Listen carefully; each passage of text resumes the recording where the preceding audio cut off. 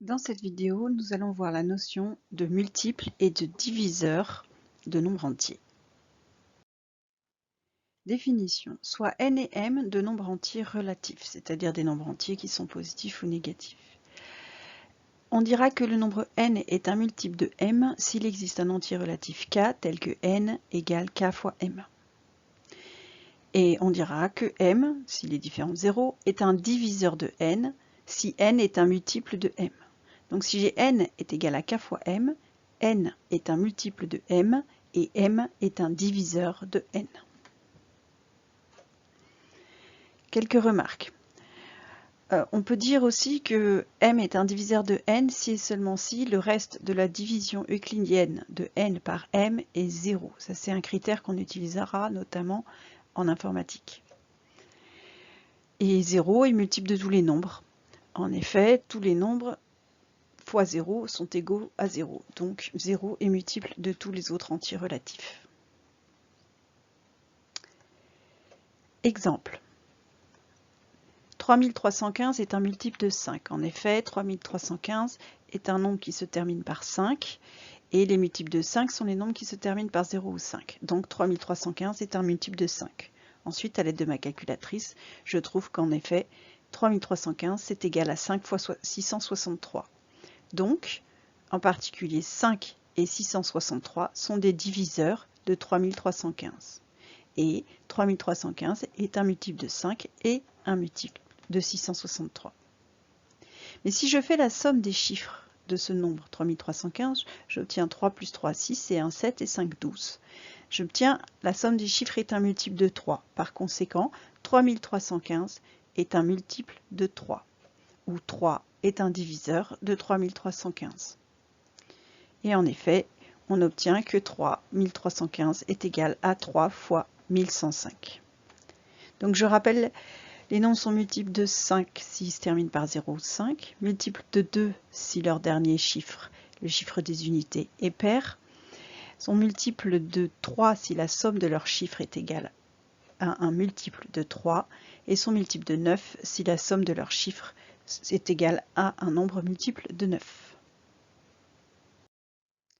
Propriété. Pour tout entier relatif A, la somme de deux multiples de A est elle aussi un multiple de A. Nous allons démontrer cette propriété. Donc on va prendre A, un nombre entier relatif, et deux multiples M et P de A. Comme M est un multiple de A, d'après la définition, il existe un entier relatif K tel que M égale K fois A. Comme P est un multiple de A, d'après la définition, pareil, il existe un entier relatif, alors différent du premier a priori, donc H, on va prendre par exemple, tel que M égale H fois A. Donc à présent, P est égal à H fois A. Donc à présent, je vais faire la somme de M et de P. Donc M plus P, c'est égal à K fois A plus H fois A. Je factorise par A, puisque j'ai A qui est un facteur commun, et ça fait K plus H fois A. Donc je remarque que M plus P, c'est égal à A fois un nombre qui est égal à K plus H, et ce K plus H est un nombre entier puisque c'est la somme de deux nombres entiers, et par conséquent, M plus P est un multiple de A.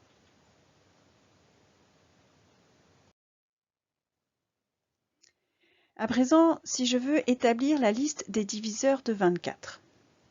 Alors je vais commencer par le plus petit diviseur de 24, c'est 1. 1 est diviseur de tous les nombres entiers. Donc, je vais dire que 24, c'est 1 fois 24. Donc j'en déduis deux diviseurs, j'en déduis 1 et 24. Ensuite, 24 se termine par 4, donc 24 qui est un chiffre pair, un nombre pair, donc 24 est un nombre pair, c'est-à-dire qu'il est divisible par 2. Donc 24, c'est 2 fois 12. Donc 2 et 12 sont des diviseurs de 24. Ensuite, 24 est un multiple de 3, puisque 4 plus 2, ça fait 6. Puis normalement, je connais ma table de 3 et je sais que 24 est dans la table de 3. Donc 24, c'est 3 fois 8. Donc 3 et 8 sont des diviseurs de 24. Je continue. 24 est un multiple de 4. En effet, 24, c'est 4 fois 6. Donc 4 et 6 sont des multiples de 24. Ensuite, est-ce que 24 est un multiple de 5? Non, puisque 24 ne se termine ni par 0 ni par 5. Et ensuite, si je cherche 6, si c'est un diviseur de 24, je l'ai déjà vu précédemment. Donc 7 ne l'est pas, 8 j'ai déjà vu. Donc dès que j'ai dépassé la racine carrée de 24 qui est égale à 4,8, donc j'ai dépassé 5, si je cherche, je retomberai sur des nombres, des diviseurs que j'aurais déjà cherchés. Donc la technique pour établir la liste des diviseurs, c'est de chercher avec les premiers nombres jusqu'à ce qu'on arrive à la moitié si l'on veut, c'est-à-dire à la racine carrée de 24, enfin du nombre dont on cherche les diviseurs. Et à chaque fois qu'on trouve un diviseur, on donne l'autre diviseur qui va avec lui. Alors je vous donne ici deux exemples de programmes qui permettent de donner les diviseurs d'un nombre. Le premier est le programme, on va dire, classique, c'est je prends mon nombre et je cherche à le diviser par tous les nombres qui lui sont inférieurs. Donc j'ai défini une fonction qui s'appelle diviseur. N, c'est le nombre dont on cherche les diviseurs. Et donc pour tous les nombres entiers de 1 à n, donc je rappelle en Python, on va dire range 1 à n plus 1, puisque le dernier nombre est exclu dans la boucle. Donc pour tous les nombres entiers entre 1 et n, on teste si n est divisible par ce nombre. Et en Python, on utilisera le symbole pourcentage qui veut dire reste de la division euclidienne de n par i. Donc si le reste de la division euclidienne de n par i est égal à 0, donc je rappelle pour les conditions mais double égale, alors il faut afficher la valeur i. Alors ensuite, j'ai fait afficher, alors c'est une coquetterie d'affichage on va dire, j'ai fait afficher un espace, j'ai mis ceci afin que tous les diviseurs soient sur une même ligne. Si je mets juste print i, les diviseurs vont s'afficher les uns en dessous des autres. Et donc voilà, on obtient ceci. Si je demande diviseur de 48, je vais avoir 1, 2, 3, 4, 6, 8, 12, 16, 24 et 48.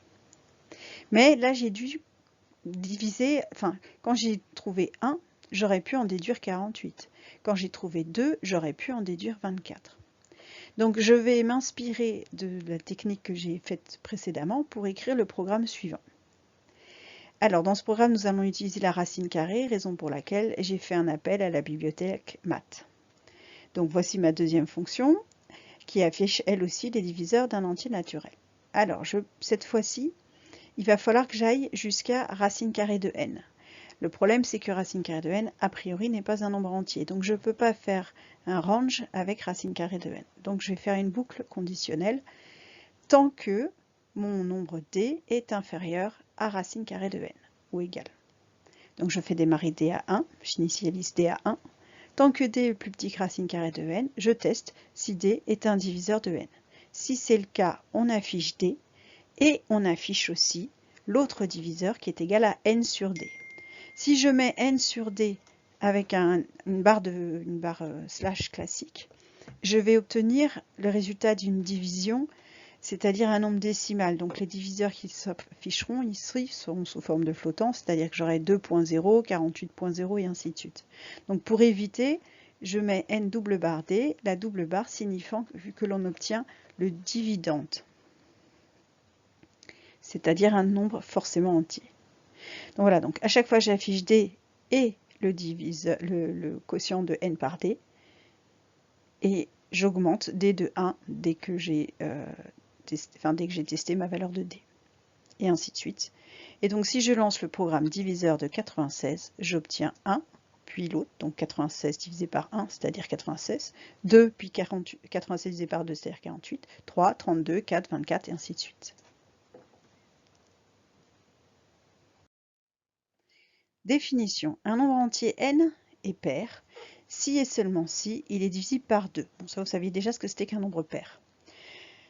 En revanche, peut-être que vous n'avez pas vu cette notation, en mathématiques, on l'utilisera que dans ces cas-là, il existe un nombre entier relatif k tel que n égale 2 fois k. Donc un nombre pair, c'est un nombre qui s'écrit n égale 2 fois k. Un nombre entier, en revanche, sera impair si et seulement s'il existe un entier relatif k tel que n est égal à 2 fois k plus 1.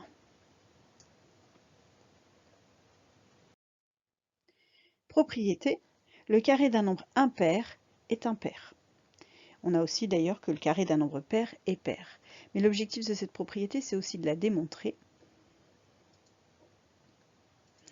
Donc soit n un nombre impair, et on va montrer que n au carré est impair. Alors comme n est un nombre impair, d'après la définition, il existe un entier relatif k tel que n égale 2 fois k plus 1. Maintenant je vais étudier n au carré, donc je mets n au carré, c'est-à-dire 2k plus 1 au carré. J'utilise mes identités remarquables.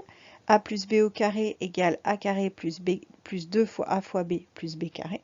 Donc ça fait 2k au carré plus 2 fois 2k fois 1 plus 1 au carré. Quand je développe 2k au carré, ça me donne 4k carré. 2 fois 2k, ça me donne 4k. Plus 1 au carré, ça fait plus 1.